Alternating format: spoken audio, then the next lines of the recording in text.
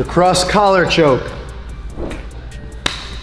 Almost every beginner gets this wrong. It's not until you're like purple belt where you actually do it correctly. It looks like you're just throwing your arms in and squeezing, but there are so many little fine details that make this thing actually work on a beginner, and even more details that make it work on someone who's actually advanced. So I'm gonna break this down like you've never seen it broken down before. I'm gonna show you exactly where to put your hands, what motions to make, squeezes, and different setups and finishes for the cross collar choke. And you will be a cross collar choke pro after you study this and implement it. And I can't wait to help you out here. Let's do it. All right, so let's get started. Let's talk about hand placement. So we're gonna start with the most basic level. We're gonna start on the feet. I'm gonna show this to you, and then we'll bring it to the ground and show you different places where you can get this. The very most important thing on the cross collar choke is that. So if you're loving these videos, please subscribe, hit the notification bell so that the next time I put a video out, you'll be notified and you can check it out right away. Now let's get back to the move. The very most important thing on the cross collar choke is that first grip. Okay, they call it the cross collar choke because my first hand's gonna go across his body to the other side.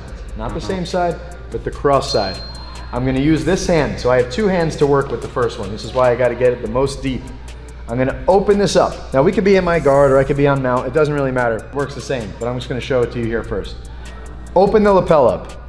My four fingers are gonna go in deep, and look, I'm gonna pull the slack out, pull the slack out, pull the slack out. I want my thumb, if I were to stick my thumb up, it should be behind his ear. The number one mistake I see beginners make is they do it here. Remember, the big misconception is we are not choking his neck with his gi.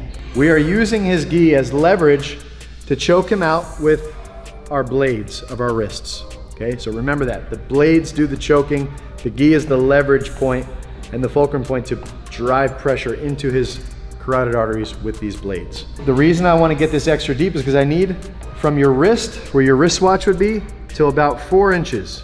That space needs to go on Caleb's carotid artery, right there. That's what's choking him. If I were to grab right here, this blade isn't touching anything. But most people think, oh, I'm gonna use the gi on his artery. No, we're not using the gi on his artery. So step one, we open up the lapel. We have the benefit of using two hands for the first grip. On the second grip, we don't have that benefit because this one's already being held. So I open it, I slide this in all the way as far as I can get, really. And if I stick my thumb up, it should be well behind his ear, even to the back of his neck. I look at my blade, it's right on the artery. We all know the carotid artery is right here. This is what brings blood from his heart up to his brain. We cut that out for 6 seconds on both sides. He goes to sleep. So that's obviously what we're trying to do. So my hand slides behind, boom. All right, now here's another thing. The next thing we want to do, because if I just grab, look, there's a blade here and there's a blade here. These are hard, like it's just basically a piece of skin over bone. This is what I want to do the choking with. Not where the wristwatch goes, that's all mushy meat, muscle. Not where the veins are, that's all mushy meat, muscle. So always remember we're choking with the blades, either here or here. So the second thing I have to do after a deep grip is I have to turn the blade into the artery. So right now the blade's facing the ceiling, and this is how most people choke. And they're choking with the mushy stuff. And I'm not saying it won't work, but it's just not very effective against the better guys. We have to turn the blade. Now that blade is touching that artery. That looks great, okay? So that's it. So step one, all the way deep. Step two, turn. So my palm is actually facing up now. Now this hand comes in. Now remember, I don't have the privilege of opening this up to get this deep. The second grip does not have to be as deep as the first. This is the most important thing, is right here. Now, if I'm gonna go palm up, which is what we're gonna do for the first few, I have to go under the first arm. If I'm gonna go palm down, I gotta go over the first arm. So right now we're just doing palm up. So just remember that, palm up is under, palm down is over. So the second hand, I gotta just do what I can. I gotta just shoot it in as deep as I can. Boom. It may be behind the ear, it might be right on the ear, it's fine. Because I could still get a little piece of my blade touching that artery and it'll cut it out and be just fine. But go as deep as you can. So it's palm up, under the first arm, as deep as I can. Grab the material, not too hard yet, because what do we have to do after the deep grip? Turn the blade, turn the blade. Okay, now I'm gonna release because I'm probably choking him. The second you turn those blades, I didn't even put any pressure on yet, he's starting to choke, okay? So it's deep grip, turn the blades. Okay, now here's step three. hammer in the imaginary nail. All right, like I'm hammering in an imaginary nail. Deep, deep, turn, hammer. Once I do that, okay, there's only one more step after that. He should be choking, like actively choking, without me doing anything else. 1, deep, 2, deep, turn both blades, hammer in the nail. He has to tap. But the 4th step, make sure they tap, because right now he's gonna be defending and pulling my hand off. The 4th step is, once I have it deep, deep, deep, deep, turn, hammer. 4th step is, bring my elbows down to my hips while I pull his forehead into my chest.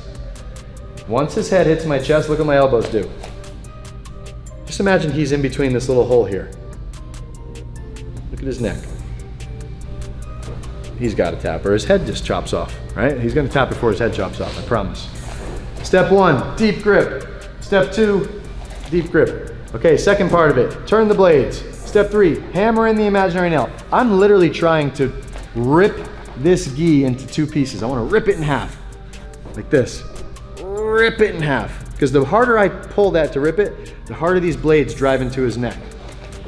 Open, deep, boom, deep, boom. Turn the blades. I'm not going to do it too hard because I know he'll tap, so I'm just going to do it gently. And then the final step is to pull his head into my chest. The second his forehead hits my chest, now I bring my elbows straight down to my hip bones.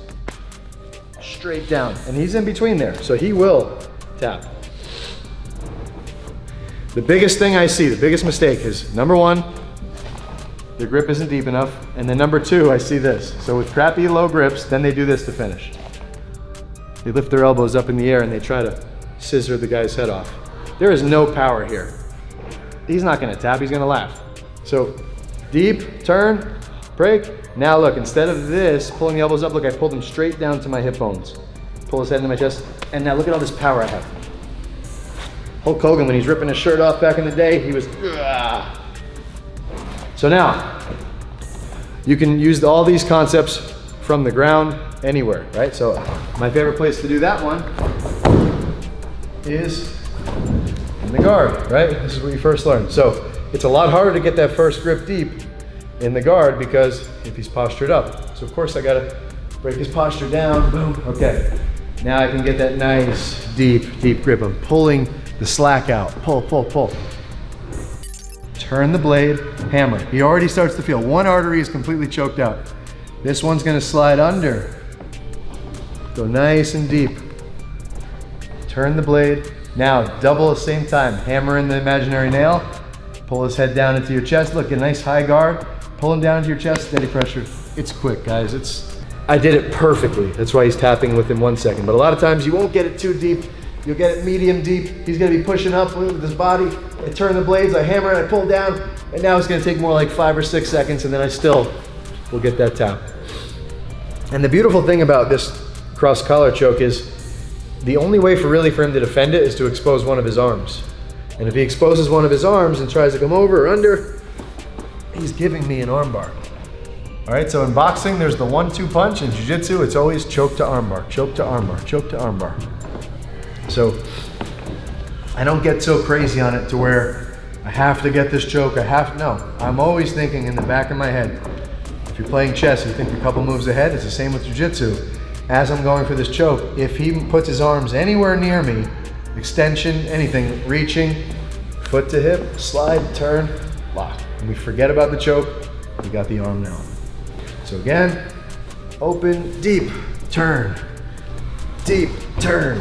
And if you want to learn even more things like this, tips and tricks, strategies, everything, I have an online academy called Matarroyo Online Academy 2.0. You'll get access to 16 of my best-selling courses, and also I'll teach 2 live classes every single month, me to all of you, where I'll be teaching a lesson. For example, 1 month it could be side control escapes, 1 month it could be mount attacks, and I'll be teaching those classes, and at the very end of each class, there's lots of time for Q&A. So come with questions. This will 100% get your game better faster, I guarantee it. So you can sign up for my online academy right now. The link is right in the description, and I'll see you on the inside. So again, open, deep, turn, deep, turn, hammer in the nail. Look, I should be able to tap him right here. The way you know you're doing this correctly, whether standing up or on the ground, I should be able to go here, turn, and keep my arms completely straight. Turn, hammer in the nail, and he should be tapping like crazy right here before I even have to do this. That's how you know your wrists are set, everything's perfect. Come on, Caleb, this is your time to shine. And you get lightheaded very, very quickly. So now I'm gonna show you a time where I would go palm down on that second hand. And the only time I go palm down on the second hand is from mount, typically. Open, same thing. The only difference here is the floor is gonna stop us at some point. But as long as my knuckles are touching the floor, lay down, the artery should be lined up with that blade. And if not, I'll lift his head up. I used to see, when I used to watch videos of Hickson Gracie, I used to see him slamming the guy's head onto the floor to get that deep grip. And it's fine, you can do that. I got it, it's set. Turn, imaginary nail, it's all set. Now you can come under and finish here, and that's fine. The problem is, if he starts to roll me now, my hand is kind of like under the other arm, and it's deep in here with 4 fingers, it's gonna be tough to base. So I like to just bring this over. I don't even put my thumb in. I just see this little lip here. I just grab a hold of that lip. The blade though has to be right on his neck. See how this blade now, right on the neck? Then I grab the lip. Finally, so you don't get rolled also, everything's set. I turn the blades in, I hammer in the nail, so this is gonna be like an imaginary hammer this way. Last thing I do is, whatever hand is on top, I put my head over that hand onto the floor. I don't want to get rolled, so if he tries rolling me now, I have a base. My head is my base. And now, just like when he was in my guard, I'm just gonna pull his head into my chest and pull my elbows to my hips. Boom, turn, boom. And the match is over. And what do you think he's gonna do? He's gonna defend with his arms. Oh, then we go into the S mount. And he gives us the arm. Crack. So you got first arm in, palm up. If you're gonna go under the first arm, it's palm up. Deep, turn, hammer, break. If you're gonna go over the first arm, it's palm down. And you can put your thumb in, or just grab that little piece of material with your blade right on his neck. Turn, hammer, pull him down. And we finish that cross collar choke. So you can also do this from side control, you can do this from knee on belly, you can do this from half guard, but the 2 main positions are gonna be your guard and top mount. So this is insanely versatile, you can do it from all the positions.